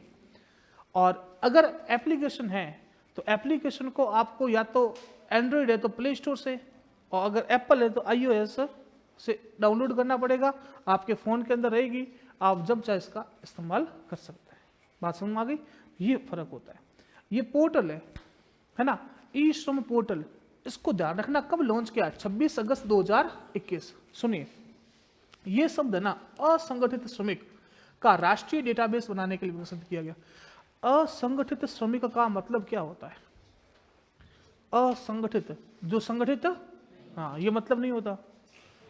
असंगठित का मतलब क्या होता है? 2 होते हैं, एक संगठित और दूसरे असंगठित। देखो, जब आप लोग है ना सरकारी नौकरी पर जाओगे तो देखो, मैं आपको एक सिस्टम समझाता हूँ। फॉर एग्जाम्पल, आपकी सैलरी होती है बेसिक, बेसिक सैलरी है वह मैं मान लेता हूँ 10,000 रुपये। ठीक है, ये बेसिक है। इस बेसिक पर आपको मिलता है डीए। डीए मिलता है जिसको अपन बोलते हैं महंगाई भत्ता, और हर 6 महीने के अंदर ये बढ़ता रहता है। अभी 50% है मान लो, तो 50% कितना हो गया 5,000, ये 5,000। आपको मिलता है HRA, HRA होता है हाउस रेंट एलोवेंसेज, आपको मकान का किराया मिलता है, और अभी 10% है तो हो गया 1,000। आपकी तनख्वाह कितनी बनी 16,000, कितनी तनख्वाह बनी 16,000। आपको मिलने कितने चाहिए 16,000, है ना। लेकिन सरकार आपको पूरे के पूरे 16,000 नहीं देती, सरकार इसमें से कुछ कटौती करती है। आपने नाम सुना होगा SI कटौती, GPF कटौती। ये क्यों करती है, ये आपको हिंदी में बोलते हैं कर्मचारी भविष्य निधि।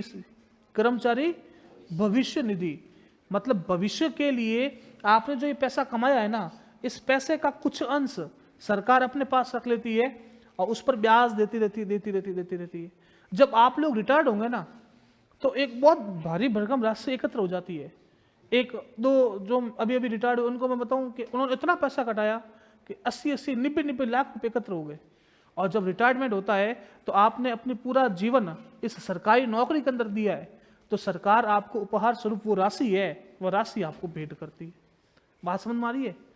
अब ये तो हो गई सरकारी नौकरियों की बात। आप अगर किसी अच्छी कंपनी के अंदर जाओगे ना, जिसको अपन बोलते हैं कॉर्पोरेट, कल मैंने CSR करवाया था, कॉर्पोरेट बताया था ना, वहां पर भी यही सिस्टम लागू होता है। आपको पूरी की पूरी तनख्वाह नहीं मिलती, कुछ पैसा कटता आपके खाते में जमा होता रहता है। जब आप बूढ़े होंगे तब वो काम आती है। चलो ये तो इन लोगों का काम हो गया। ये इनको अपन बोलते हैं संगठित।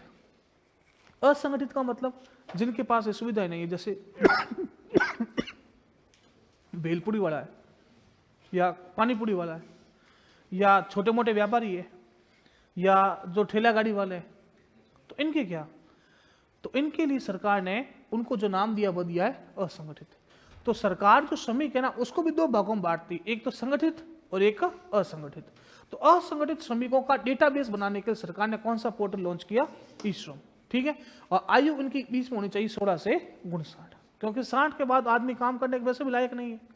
सरकार भी मानती है रिटायरमेंट एज क्या है 60, है ना, तो 16 से 59। अब देखो आपको सवाल पूछे ई-श्रम पोर्टल के निर्माण का क्या उद्देश्य है। पहला, संगठित श्रमिकों का डेटाबेस तैयार करना, असंगठित श्रमिकों का डेटाबेस तैयार करना, भारत में टीबी मरीजों की संख्या का पता लगाना, और चौथा, भारत में बच्चों के टीकाकरण को बढ़ावा देना। भारत में असंगठित श्रमिकों का राष्ट्रीय डेटाबेस तैयार करना। बात समझ में आ गई। ऐसे कैसे, आधार कार्ड, आधार कार्ड का उद्देश्य क्या है। आधार कार्ड आपका एक पहचान पत्र है, मैं भारत का नागरिक हूं, है ना। कैसे पता चलेगा, मुंह पे लिखा हुआ है नहीं, कैसे पता चलेगा, आधार कार्ड। आधार कार्ड बताऊंगा तब पता चलेगा मैं भारत का नागरिक हूं, मैं फलाने का पुत्र हूं, मैं यहाँ निवास करता हूं। आप राजस्थान के निवासी, इस वजह से आपका मूल निवास प्रमाण पत्र आता है, बना है बोनाफाइड सर्टिफिकेट, वो होता है मूल निवास। आपने फलाने से शादी की है कि नहीं की है, इस वजह से होता है विवाह प्रमाण पत्र। ये सारे के सारे सबूत है, किसी के कहने से सरकार नहीं मानती है। जब आप लोग सरकारी नौकरी में सेलेक्ट होते हो ना, तो आप लोगों को डॉक्यूमेंट लेकर जाने पड़ते हैं, DV होता है, डॉक्यूमेंट वेरिफिकेशन। उसके अंदर अब आपने पत्नी को साथ लेकर चले जाओ, मेरी पत्नी है, उससे पूछ लो, मुझसे पूछ लो, नहीं, सरकार मांगती है विवाह प्रमाण पत्र। तो इनको अपन बोलते हैं डॉक्यूमेंटेशन। ठीक है, तो सरकार ने डेटाबेस बनाने के लिए कौन सा पोर्टल तैयार किया, ई-श्रम पोर्टल। ठीक है, चलो ये सारी की सारी जो बातें बताई मैंने अभी आपको, वो सारी की सारी श्रम से संबंधित थी। देखो सबसे पहले मैंने मजदूरियां बता दी, फिर योजनाएं बता दी, और लास्ट में मैंने ई-श्रम पोर्टल बता दिया। 2021 में शुरू हुआ, असंगठित श्रमिकों के लिए, और उनका डेटाबेस तैयार करने के लिए इसको शुरू किया गया। और आयु कितनी होनी चाहिए, 16 से 59। अगला जो विभाग आएगा, उस विभाग का नाम है रोजगार विभाग। कौन सा है, रोजगार विभाग। सुनना, रोजगार विभाग का काम होता है जो राज्य के बेरोजगार युवा है, उन बेरोजगार युवाओं को क्या दे, रोजगार। ठीक है, अब आपको सवाल पूछेगा रोजगार विभाग द्वारा चलाई जाने वाली योजनाएं, उसमें एक सबसे महत्वपूर्ण योजना है मुख्यमंत्री युवा संबल योजना। कौन सी योजना है, मुख्यमंत्री युवा संबल योजना। देखो सुनना ध्यान से, मुख्यमंत्री युवा संबल योजना, CM लगा हुआ, इसका मतलब ये राजस्थान की है कि भारत की है, राजस्थान की है। युवा, तो युवा सरकार ने कोई एक एज बना रखी है कि इस एज के युवा है। ठीक, हर योजना में अलग अलग होती है। जनरली 18 से लेकर 45 साल होती है, ठीक है। संबल मतलब क्या होती है? सहायता, और योजना मतलब स्कीम। देखो अपन सब युवा हैं, और अपन जब पढ़ रहे होते हैं तब अपन को बहुत आर्थिक तंगी का सामना करना पड़ता है, और कई बच्चे ऐसे हैं जिनके माता पिता इतने आर्थिक रूप से समृद्ध नहीं होते कि वो उनको पढ़ा पाए, ये रियलिटी है। तो इस वजह से पारिवारिक जिम्मेदारियों के कारण वो बच्चे क्या करते हैं, अपनी पढ़ाई बीच में से छोड़ देते हैं। और आजकल का सिनेरियो ये, पहले क्या होता था, कोई स्नातक कर लेता था, ग्रेजुएशन हो गई, बीए हो गई, बीएड हो गई, तो नौकरी लग जाती थी। आजकल क्या है कि बीए बीएड तक तो बच्चों का खर्चा माता पिता उठाते ही है, उसके बाद भी वो जब कंपटीशन की तैयारी करते हैं ना, तो आज 3-3, 4-4, 5-5 साल लग जाते हैं। तो इस दौरान भी उनका खर्चा उठाना माता पिता के लिए बहुत भारी पड़ता है, और धीरे धीरे माता पिता भी वृद्ध होते हैं। मैं हमेशा क्लास के अंदर एक बात बोलता हूँ कि जब आप एकदम फ्रेश होते हो ना, कि कंपटीशन के फील्ड में आए हो, तो उस समय आपकी एनर्जी अलग होती है, आपकी जो उम्र होती है ना वो छोटी होती है, आपके ऊपर कोई तरह की जिम्मेदारी नहीं होती है, तो आप लोग किसी काम को बहुत अच्छे ढंग से कर पाते हो। लेकिन जैसे जैसे आपकी उम्र बढ़ती है, एक तो सोचने की क्षमता कम होती है, याद करने की क्षमता कम होती है, घर में माता पिता दादा दादी वृद्ध होते हैं, तो काफ़ी बार उनकी स्वास्थ्य संबंधी समस्याएं हो जाती है, अपन को लेकर जाना पड़ता है हॉस्पिटल, कभी थोड़ी उम्र और बढ़ जाती है तो विवाह हो जाते हैं, तो उनकी जिम्मेदारियां और बढ़ जाती है। मजाक नहीं है, ये रियलिटी है। तो धीरे धीरे जब अपन की उम्र बढ़ती है ना, तो अपन इन सब काम के लायक नहीं रहते कि अब अपन पढ़ाई कर पाए। जैसे मैं अपनी बात करूं, पहले मैं पढ़ लेता था आराम से, लेकिन फिर धीरे धीरे जिम्मेदारियां बढ़ी। आज के समय में ये होता है कि अब क्लास के लिए समय निकालना होता पढ़ने के लिए, वो भी रात को 11 बजे के बाद समय मिल पाता है, क्योंकि जिम्मेदारियां बढ़ गई। घर में माता पिता बुजुर्ग है, बच्चे हैं, कभी कोई मेहमान आ जाते हैं तो उनको अटेंड करो, कभी कोई दूसरा काम आ जाता है। और यही अगर मैं छोटा था उस समय, आज से 3-4 साल पहले, तो 3-4 साल पहले मुझ पर कोई जिम्मेदारी थी नहीं, कहीं पे भी आओ कहीं पे भी जाओ, तो पढ़ने के लिए आराम से समय मिल जाता। लेकिन जब अपन छोटे होते हैं तब अपन को क्या गर्म खून होता है, तो अपन क्या होता है कि सोचता है कि समय बहुत पड़ा है, कर लेंगे, और वो समय निकलता रहता है। तो इस दौरान जो युवा है जिन्होंने स्नातक पास किए, पहली कंडीशन क्या होनी चाहिए? स्नातक।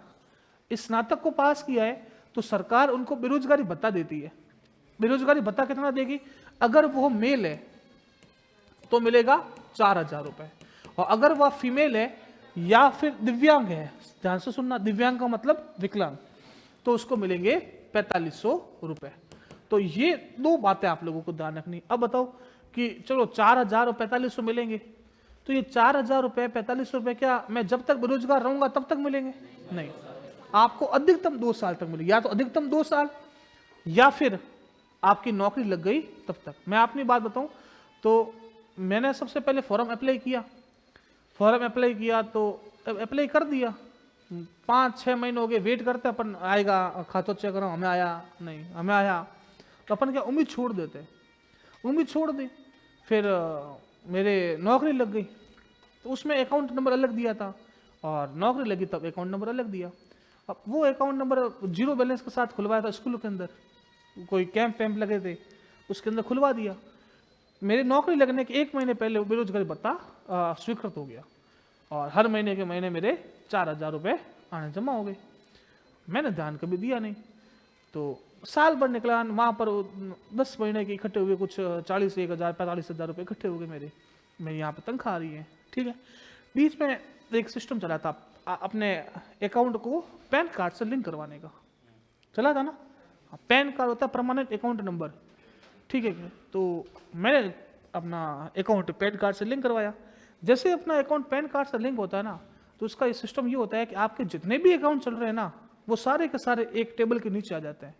मेरा जो भी पैन कार्ड लिंक हुआ, तो पैन कार्ड लिंक होते पता चल गया कि भाई साहब के 3 खाते, इसमें बेरोजगारी बता रहा है, इसमें तनख्वाह आ रही है, ये खाली पड़ा है मामला।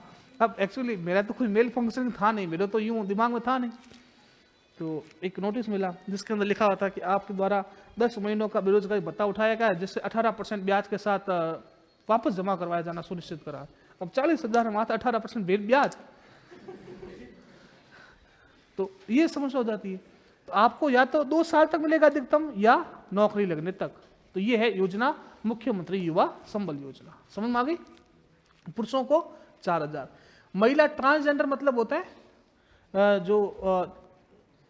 आप ये मान सकते हो कि ट्रांसजेंडर मतलब आप हिंदी में बोलते हो, आप इनको किन्नर समुदाय, है ना, तो वो होते हैं ट्रांसजेंडर।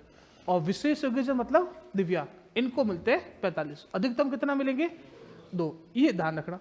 न्यूनतम 3 माह का कौशल प्रशिक्षण व प्रतिदिन 4 घंटे की इंटर्नशिप अनिवार्य। इसका मतलब क्या है? इसका मतलब होता है कि सरकारी ऑफिसों के अंदर आपको जाकर रोज के 4 घंटे काम करने पड़ेंगे। ठीक है, अब देखो ये बताना ही है फिर तो मैं तो मानता हूं, है ना, आपने काम किया है तो काम के बदले पैसा देना सरकार का धर्म है, नहीं तो अनुच्छेद 23 के तहत अपन कहां पहुंच जाएंगे? हाँ, अनुच्छेद 23 का बोलता है बेगारी प्रथा, अगर काम किया पैसा नहीं दिया मतलब क्या करेगी? बेगारी।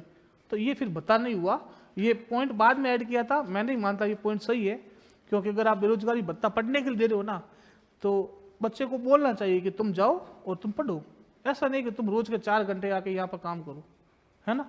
तो ये बाद में पॉइंट ऐड किया था, तो मैंने इसके अंदर लिखा है। ठीक है, अगला पॉइंट बोला है मॉडल करियर सेंटर कितने? 16।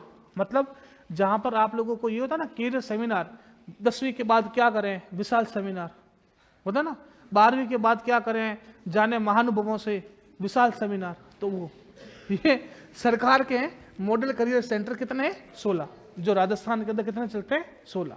ठीक है, तो रोजगार विभाग की एक तो ये सबसे महत्वपूर्ण योजना और एक मॉडल करियर सेंटर, ध्यान रखिएगा 16। ठीक है, चलो पहले तो ऐसा करो, ये दोनों लिखो आप, एक तो ई श्रम पोर्टल, फिर मुख्यमंत्री युवा संबल योजना।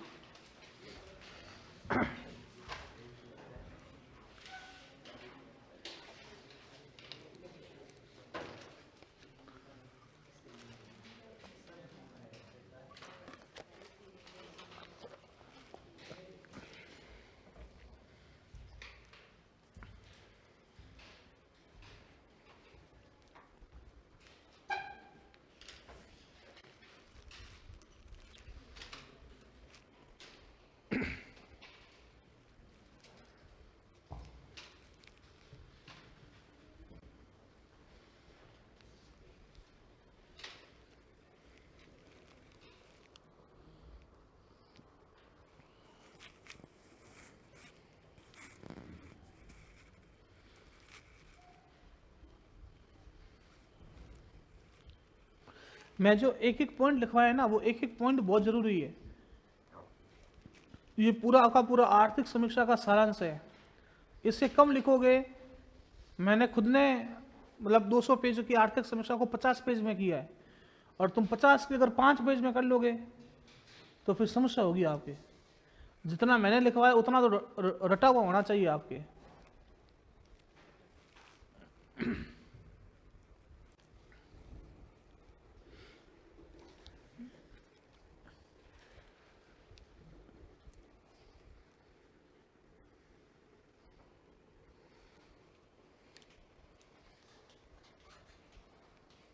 आगे चलें।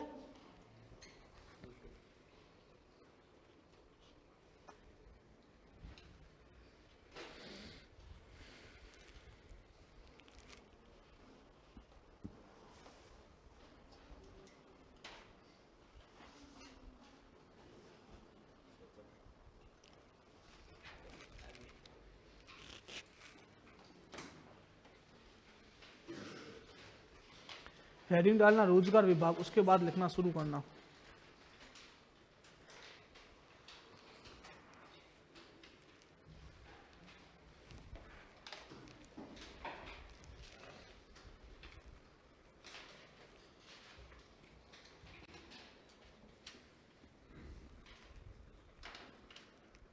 ये योजना बहुत महत्वपूर्ण है। सीधा का सीधा प्री के अंदर सवाल आ जाता है इस योजना के बारे में, असत्य कथन।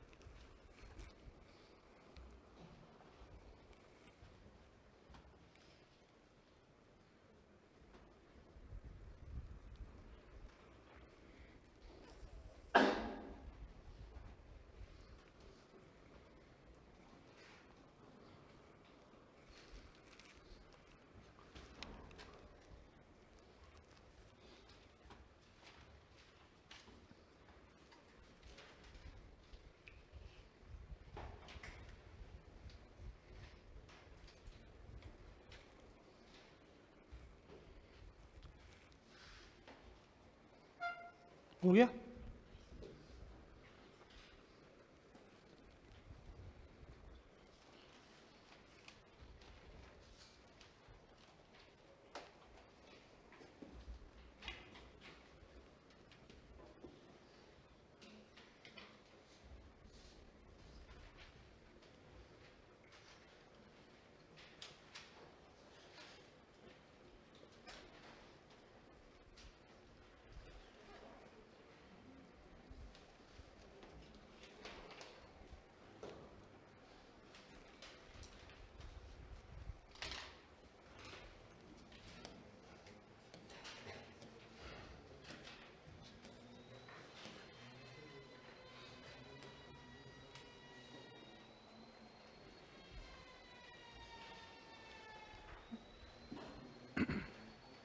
अब सुनना अगला पॉइंट। और देखो, मैं रोजगार की बात कर रहा हूं। अब आप ये बताओ कि राजस्थान में कितने बेरोजगार हैं? कुछ संख्या है? चलो मैं पशु परिचर का आंकड़ा लेता हूं, 17 लाख। ठीक है, मान लो 17 से ज्यादा ही है, कम है नहीं। कुछ ऐसे रिट के होंगे, आरएस के होंगे, एसआई के होंगे जिन्होंने फॉर्म नहीं भरा। 20 लाख, 17 तो ये कन्फर्म फॉर्म आए, 3 लाख और 20 लाख। अब आप ये बताओ क्या 20 लाख लोगों को सरकारी नौकरी देना संभव है? हाँ के ना? नहीं। नहीं तो फिर तैयारी क्यों कर रहे हो? हाँ देखो सुनो, सरकार को भी पता है कि इतने लोगों को नौकरी देना संभव नहीं है, तो कुछ लोग ट्राई कर रहे हैं 5 साल 6 साल, है ना। सबको पता है मेरी ताकत कितनी है, मैं कितना कर सकता हूं। आखिर नहीं लगेगी तो फिर वो दूसरे क्षेत्र की तरफ जाएंगे। तो अब दूसरे क्षेत्र की तरफ जाए तो आपके अंदर कुछ ना कुछ कौशल होना चाहिए, तभी आप लोग टिक पाओगे। जैसे फॉर एग्जाम्पल देखो मैं तो एग्जाम्पल लेता हूँ, कोई भी मान लो कि अगर आपको बढ़ईगिरी का काम करना है, सुथार का काम करना है, तो आपको किवाड़ खिड़की बनानी आनी चाहिए, तभी आप लोग बना पाओगे। या आप लोग भले हेयर कटिंग की शॉप खोलो तो आपको बाल काटने आना चाहिए, है ना। चाहे आजकल चाय का धंधा बहुत अच्छा चल रहा है, चाहे मैं तो बोलूँ चाय का व्यापार शुरू करें तो लेकिन आपको चाय बनाने आनी चाहिए। बिना कौशल के आप लोग कोई काम कर पाओगे? नहीं कर पाओगे, ये गारंटी है। और अपन के गांव में कहते हैं कि जिसके हाथ का हुनर होता है वो आदमी कभी भूखा नहीं मरता। बोलते हो ना कि हाथ की कला, प्रेम जी बोलते काफी बार कि मैंने इतना बड़ा संस्थान खड़ा किया तो कि कल पिट भी गया तो भी क्या होगा? कुछ नहीं होगा। मेरे को पढ़ना आता है, मैं चौराहे पर जाके पेन लेकर खड़ा हो जाऊंगा, बच्चों जिसको पढ़ना होगा वो आ जाएंगे, जिसको नहीं पढ़ना होगा वो नहीं आएंगे। टैलेंट कोई किसी को मार सकता है क्या? मुझे पढ़ना आ रहा है तो आ रहा है, ठीक है। नौकरी किसी की जा सकती है, ठीक है, लेकिन कभी भी किसी का टैलेंट होता है ना, वो टैलेंट उसको रोजगार कमा कर देता है। आप बड़े बड़े देखो, आप मैं आपको एग्जांपल दूं, कृपाल सिंह शेखावत, ब्लू पॉटरी, कलाकारी है उसकी, कहीं पर भी जाएगा चलेगा। चाहे मैं तो बोलता हूं कि जिसको स्कूटर ठीक करना आ रहा है, बाइक ठीक करनी आ रही है, वो कल गांव में भी जाकर बैठ गया ना, तो गांव के अंदर भी स्कूटर है, बाइक है, कल खराब हो गया, उसने एक दिन की मोटरसाइकिल सही कर ली, दिन के 200-300 रुपए कमा लेगा। भूखा मरेगा क्या? नहीं। सरकार इस बात पर जोर दे रही है, और सरकार इस बात को, अपन जो मैंने ये बातें बोली है ना, इसको अपन बोलते हैं कौशल संवर्धन। क्या बोलते हैं? कौशल। कौशल का मतलब होता है हाथ की कला, स्किल। तो सरकार चाहती है कि हम युवाओं को स्किल करें। हम, आपने एक योजना का नाम सुना होगा, स्किल इंडिया, पढ़ा है? ये स्किल इंडिया क्या है? ये आपको बताती है कि आपकी जो स्किल है ना, इस स्किल पर काम करो। आजकल कंप्यूटर पर आप देखो बहुत तरह के रोजगार। मैं आपको बताऊं कि ग्राफिक डिजाइनर, नाम सुना है आप लोग? अलग अलग तरह की पोस्टर देखते होंगे संकल्प में। तो जिसको ग्राफिक डिजाइनर का काम आ रहा है वो आज महीने के आराम से 50 से 60 हजार रुपए कमा रहा है, आराम से। जिसको टाइपिंग आ रही है, कंप्यूटर पर टाइप करना जानता है, हिंदी इंग्लिश, उसकी आज डिमांड है 20-25 हजार रुपए। तो ये सब होते हैं कौशल। और अगर आपको ये काम आ रहा है, आप बाड़मेर छोड़कर कहीं गांव में भी चले गए, आपको कंप्यूटर का काम आ रहा है, आप ई मित्र की दुकान खोल लीजिए, हर जगह चलेगी ई मित्र की दुकान। फोटोकॉपी की दुकान खोल लीजिए, चलेगी। इसलिए बोलते हैं कि कौशल को अपना अच्छा करो। कौशल होता है तो आप सब काम कर पाओगे। तो सरकार ने कौशल के लिए पहले तो एक विभाग बनाया, उस विभाग का नाम है RSLDC, कौन सा विभाग है? RSLDC। ठीक है, आपने एक RSCIT का कोर्स सुना है? RSCIT, ये RSCIT कंप्यूटर का कोर्स है ना, इसको कौन संचालित कर रहा है? ये संस्था RSLDC। इसका देखो फुल फॉर्म क्या है? R से राजस्थान, S का मतलब स्टेट, L का मतलब होता है लाइवलीहुड, लाइवलीहुड को अपन हिंदी में बोलते हैं आजीविका, D का मतलब डेवलपमेंट, और C का मतलब S का मतलब स्किल है, स्किल का मतलब होता है कौशल। Rajasthan skill and livelihood development corporation, Rajasthan कौशल और आजीविका विकास निगम। ये संस्था क्या करेगी? राजस्थान के अंदर कौशल को बढ़ावा देने का कार्य करेगी। समझ में आ गया कौशल होता क्या है? ठीक है, तो अपन ने उसके लिए सबसे पहले एक पोर्टल लॉन्च किया, राज कौशल पोर्टल। एक पोर्टल मैंने करवाया ई श्रम पोर्टल। ई श्रम पोर्टल 2021 में लॉन्च हुआ था, और उसका उद्देश्य है कि असंगठित जितने भी श्रमिक है उसका राष्ट्रीय डेटाबेस तैयार करना। राज कौशल पोर्टल ये 5 जून 2020 को लॉन्च किया, और ये देखो 5 जून 2020 कोरोना काल है ना। प्रवासी श्रमिकों को रोजगार के अवसर उपलब्ध करवाना, ये क्या था कि देखो उस समय सारा का सारा लॉकडाउन लग गया। लॉकडाउन लग गया तो फिर जो राजस्थान के थे वो राजस्थान की तरफ आने लगे, जो बिहार के थे वो बिहार की तरफ जाने लगे, है ना। तो उस कंडीशन के अंदर जो प्रवासी श्रमिक थे, अब बिहार से लोग काम छोड़कर राजस्थान की तरफ आ गए। अब बैठे तो रह नहीं सकते, वो लोग ऐसे होते हैं जो रोज कमाते और रोज खाते हैं, तो उनको रोजगार देना। तो उनको रोजगार देने के लिए सरकार ने एक पोर्टल बनाया। इस पोर्टल का नाम क्या है? राज कौशल पोर्टल। इसमें क्या हुआ, ये एक प्लेटफॉर्म है, मुझे मजदूर की आवश्यकता है, मैं इस प्लेटफॉर्म पर जाऊं। आपको रोजगार की आवश्यकता है तो आप भी इस प्लेटफॉर्म पर आइए। आपको अगर रोजगार चाहिए तो मुझसे लो, और मुझे अगर मजदूर चाहिए, श्रमिक चाहिए, तो मैं यहां से। संकल्प क्या है? संकल्प भी एक प्लेटफॉर्म है, यहां पर पढ़ाने वाला भी आता है, पढ़ने वाला भी आता है। आप पढ़ने वाले हो, मैं पढ़ाने वाला।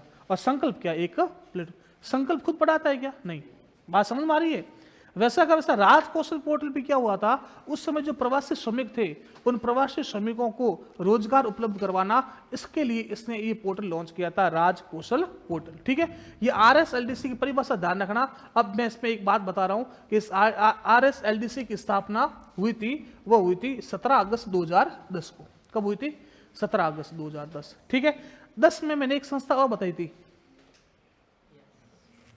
कौन सी बताई थी? राजीविका, राजस्थान ग्रामीण आजीविका विकास परिषद। ठीक है, एक मैंने चीज बताई थी जो कंपनी अधिनियम के तहत रजिस्टर्ड थी, कौन सी? CSR। CSR कंपनी अधिनियम कौन सा था? 1956। उस 1956 के तहत मैंने आपको बताया था कंपनी रजिस्टर्ड होगी। ठीक है, ये दो बातें ध्यान रखना। और RSLDC की स्थापना कब हुई? 17 अगस्त 2010। ठीक है, पहले तो आप ऐसे करो, ये राज कौशल पोर्टल लिख दो आप पहले, उसके बाद आगे बताता हूं। राज कौशल पोर्टल,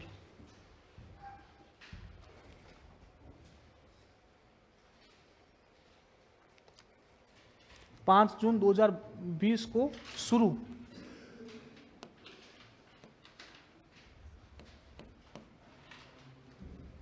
पांच जून को कौन सा दिवस होता है? 22 अप्रैल को विश्व पृथ्वी दिवस, 22 मार्च को, 22 अप्रैल को, 21 मई को, मई विश्व वानिकी दिवस, वर्ल्ड फॉरेस्ट्री डे। ये चारों ध्यान रखना, 22 मई, 22 मार्च, 22 अप्रैल, 21 मई, 5 जून। और ओजोन दिवस कब आता है? 16 सितंबर। 16 सितंबर को ओजोन दिवस। ये सारे के सारे पर्यावरण के दिवस हैं।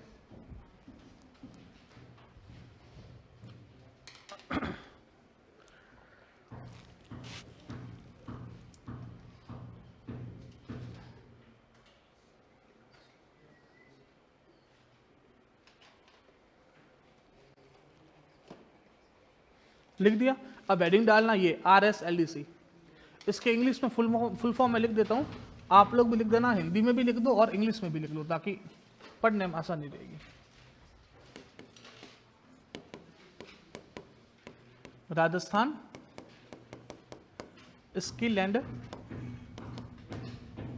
लाइवलीहुड डेवलपमेंट कॉरपोरेशन,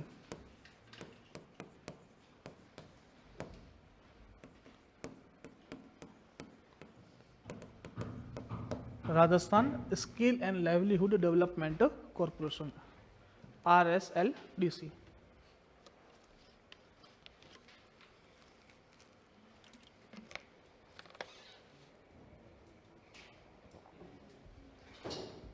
लाइवलीहुड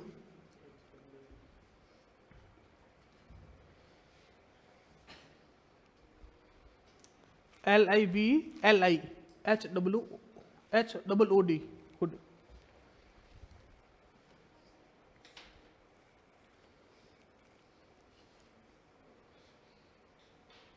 लिखो इसमें, पहली लाइन लिखिए,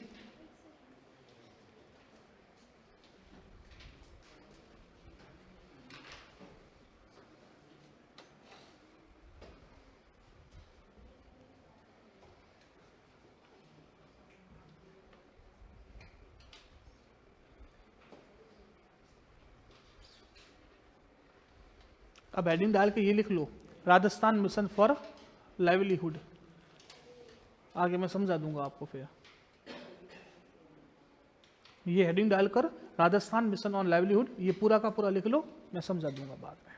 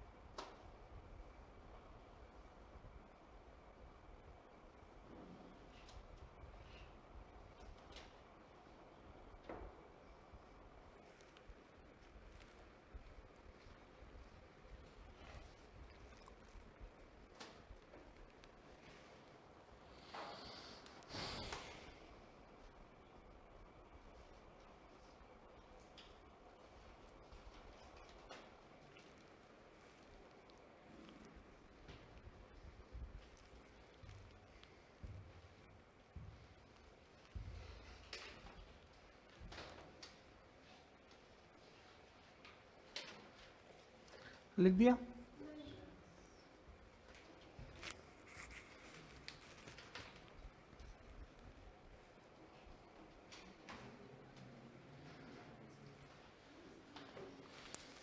चलो एक मैंने सवाल पहले आपको दिया है और एक और दे रहा हूं।